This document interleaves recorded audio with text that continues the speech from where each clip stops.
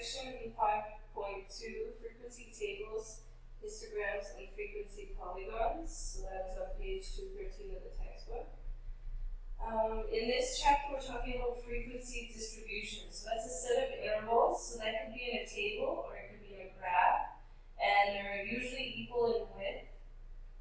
And into which raw data is organized. So we're organizing data that we're given into either a table or into a graph. So the example here is talking about maximum water flow rates for the Red River in Manitoba. And these are between the years of 1950 to 1999.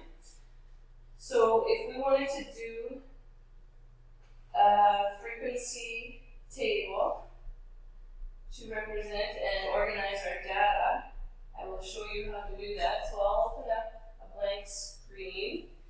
And what we're going to do is we're going to have a section for the flow rates of the water.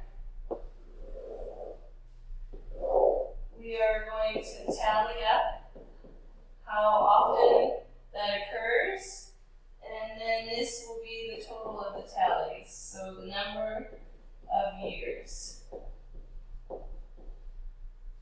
So in order to figure out our flow rates, we need to have intervals in this section. So to figure out our intervals, what we do is, I'll go back to the data, and we look at our data here. So the easiest thing to do to find out our intervals is we look for our range. So range is an important definition. Range means you take the highest number and you subtract it from the lowest number in your data. So if we're looking here, our highest number in our data is 4,587 cubic meters per second. Okay, and then what we need is our lowest number in our data. Our lowest number is 159. Okay, so in order to find the range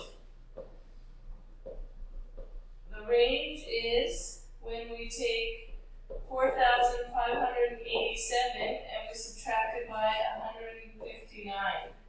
Okay, so when we do that, we get 4,428.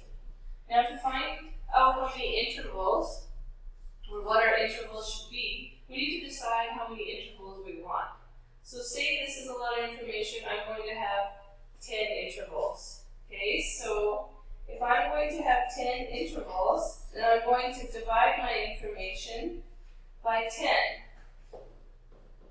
When I do that, I get 442.8.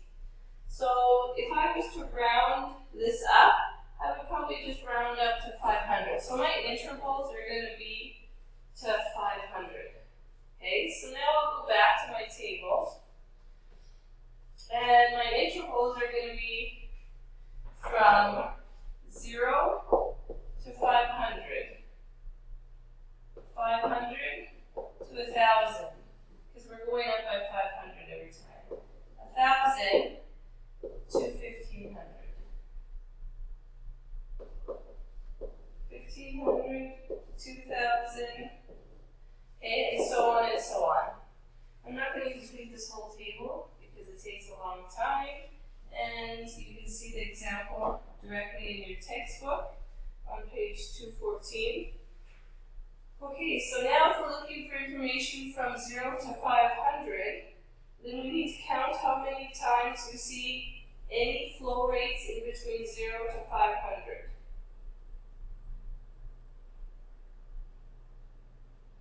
So we will count up to 500, and then in this one we'll start at 501 to 1,000. It only needs to be counted in one row. Okay, so if we're looking at our data,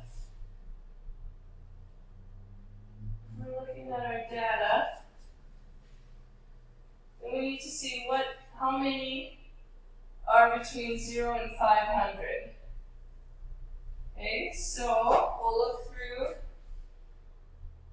We've got 1, 2, 3, 4,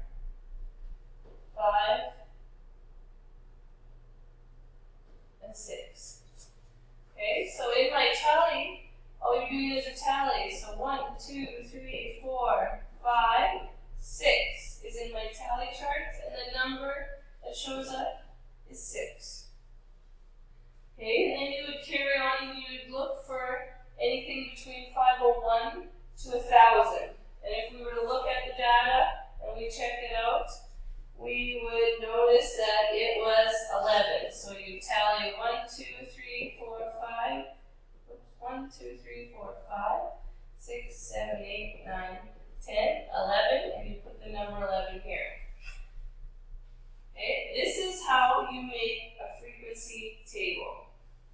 Okay, now using the same data from the same example, I will show you how to do a frequency polygon. A frequency polygon just means it's a line graph using the intervals that we use. So again, remember to find the intervals, we found the range. So the range was the highest data, 4,587, subtracting the smallest data, 159. And we had 4,428. And we had decided before that we wanted 10 intervals. So if we divided this by 10, remember, we ended up with 442.8. Okay, in the first example, I made the intervals to 500. In this example in the textbook, they make the intervals to be 450. Both of these are right. It doesn't matter what you set your interval as long as you stay consistent within your intervals. So if you choose 450 for this one and somebody else chooses 500, you'll still have the same information, it's just represented differently. Okay, so we will show our intervals. Here's our flow rate. This time we need to find a midpoint. And the number of years, again.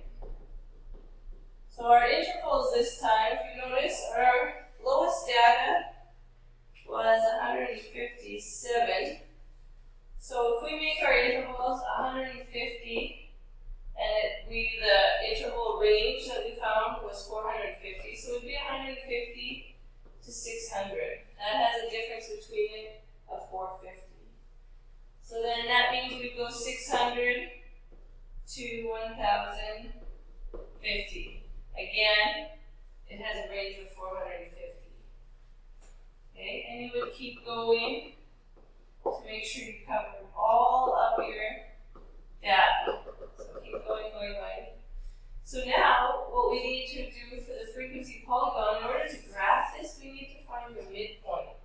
So the midpoint is by finding the average of your values. So if you take 150 and you add it to 600 and you divide by 2, you will get 375. That means 375 is the middle between 150 and 600. Okay, you would do that all the way down. So you would take 600, you'd add it to 1,050, and you divide by 2, and you would get 825. Similarly, you would do this, and you'd get 1275 for this one. Okay, and then you check how many times do the values show up between 150 and 600. So you're going to check your information. So you go back to your information and you look for all the numbers between 150 and 600. So here's one, here's one, here's one, another one, another one. So we're at 1, 2, 3, 4, 5, 6, 7, 8, 9, 10, 11. Okay, so that means that 11 values show up between 150 and 600. So the number of years would be 11 of them. Okay? And if we check our information, this one would have 9 values in it, and this one has 6 years in it. Okay, so this is good for our chart, but a frequency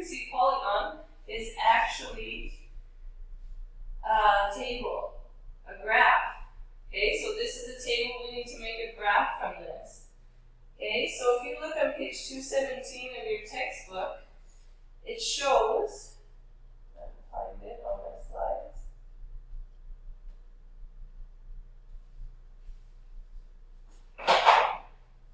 So this is how you would show a frequency polygon. If you notice, we have our midpoints as our numbers along the x-axis, so 375, 825, 1275, those are all the midpoints. And then we have our frequencies along here. So on our old information, we had the midpoint at 375 and the number of years was 11. So you go up to 11. So, and then you connect from 0 to 11 and make a line. On our data, we also had the midpoint was 825. The number of years was 9. So they mark it at 9 and then they connect the dot. Okay, you continue along making a line graph, which is a frequency polygon in this case.